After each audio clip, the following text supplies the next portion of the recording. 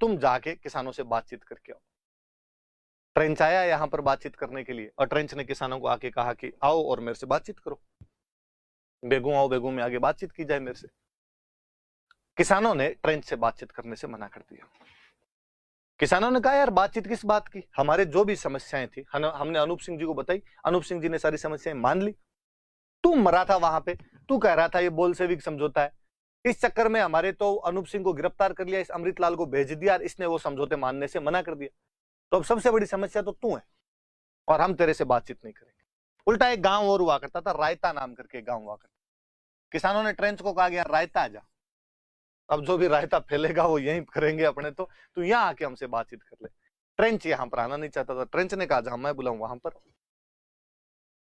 इतने में दिन ट्रेंच को खबर मिली कि गोविंदपुरा नाम के गांव में 13 जुलाई 1923 को किसानों की एक मीटिंग हो रही थी। ट्रेंच 13 जून 1923 को यहाँ बेगू आया था।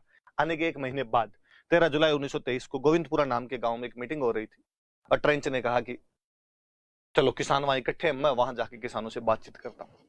ट्रेंच वहां किसानों से बातचीत करने के लिए गया। किसान ट्रेंच को देखना ही पसंद नहीं कर रहे थे और जैसे ट्रेंच आया किसानों ने कहा लो भाई खड़े हो जाओ, इससे तो मरी बात नहीं करनी। इस बात पे ट्रेंच को गुस्सा आया और ट्रेंच वहां पर फायरिंग करवा देता है। ट्रेंच द्वारा वहां पर फायरिंग करवा दी। 2 धाकड़ किसान उसमें शहीद हो जाते हैं। रूपाजी धाकड़ और कृपाजी धाकड़ नामक 2 धाकड़ किसान शहीद हो गए थे।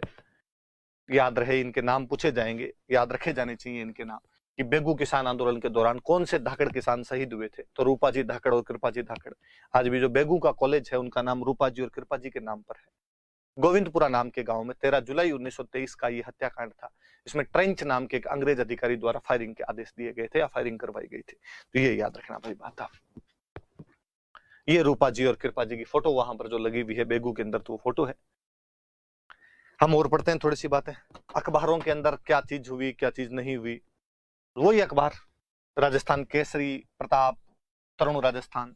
कहते हैं इन अखबारों ने बड़े जोर शोर से जब इन बातों को लिखा तो मेवाड़ की सरकार ने इन अखबारों पर प्रतिबंध लगा दिए थे कि ये मेवाड़ के अंदर नहीं चल सकते, बैन किए गए थे सारे अखबार। ये तरुण राजस्थान वही नवीन राजस्थान ही भाई अपना ना, इसका नाम बदल के बाद में तरुण राजस्थान किया गया था, बाकी एक ही बात है, नवीन राजस्थान को भले तरुण राजस्थान को। आगे हम और पढ़ लें।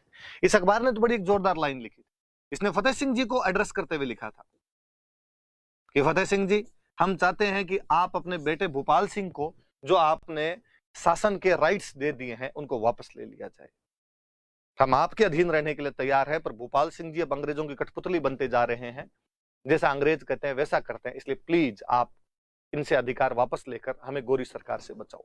ये कोई पूछ सकता है कि बेगू किसान आंदोलन के दौरान कौन से समाचार पत्र ने फतेह सिंह जी को वापस शासन अधिकार लेने के लिए कहा था। तो नवीन राजस्थान था नाम, तो तब तक नाम बदल के इसका तरुण राजस्थान हो चुका था, तो तरुण राजस्थान नाम याद रख लेना। अब पर फतेह सिंह जी क्या करते, फतेह सिंह जी के हाथ में कुछ था नहीं, तब तक भूपाल सिंह जी सारा टेक ओवर कर चुके थे, अंग्रेजों का उनको पूरा समर्थन हुआ करता था, पॉलिटिकल एजेंट उनके पक्ष में हुआ करता था। पर राजा को फिर भी गुस्सा आया। उस समय जो मेवाड़ के दीवान थे, हम पिछले में पढ़ रहे थे, प्रभाष चंद्र चटर्जी, उन्होंने प्रभाष चंद्र चटर्जी को भगा दिया था। प्रभाष चंद्र चटर्जी मिलने के लिए गए थे, उन्होंने कहा मंगते भाग्य से, पर आज के बाद है ना मेरे दरवाजे पे नहीं दिखना चाहिए। मतलब किसान उधर आंदोलन कर रहे हैं और तुम लोग इन अंग्रेजों का समर्थन करते हो, तुम सब मिले हुए हो। तो ये याद रखना कि फतेह सिंह जी ने मेवाड़ के जो दीवान थे प्रभाष चंद्र चटर्जी, उनकी ड्यूटी बंद करवा दी थी। ड्यूटी का मतलब राजा के पास दरवाजे पे डली जाके नमस्ते करना पड़ता था कि आज के बाद मत दिखना मत यहाँ पे। मतलब एक तरीके से बंदा अपनी नाराजगी प्रकट करता है। ये अपने आप में उसका किसानों की तरफ झुकाव दिखता है, अंग्रेजों के खिलाफ उसका विरोध दिखता है। फाइनली 1925 तक जाते जाते बाद में किसानों के साथ हालांकि समझौता ही हो जाता है। एक और बड़ी जोरदार बात हुई यहां पर, जब ये किया गया तो आंदोलन और जोर शोर से बढ़ना शुरू हुआ कि भाई ऐसे कैसे हत्याकांड वगैरह कैसे हो गया। तो कहा कि रामनारायण चौधरी को गिरफ्तार कर लिया जाए। रामनारायण चौधरी को गिरफ्तार कर लिया। विजय सिंह पथिक को जब पता चला कि भाई रामनारायण चौधरी को गिरफ्तार किया जा रहा है, तो विजय सिंह जी चले गए थे यहां पर।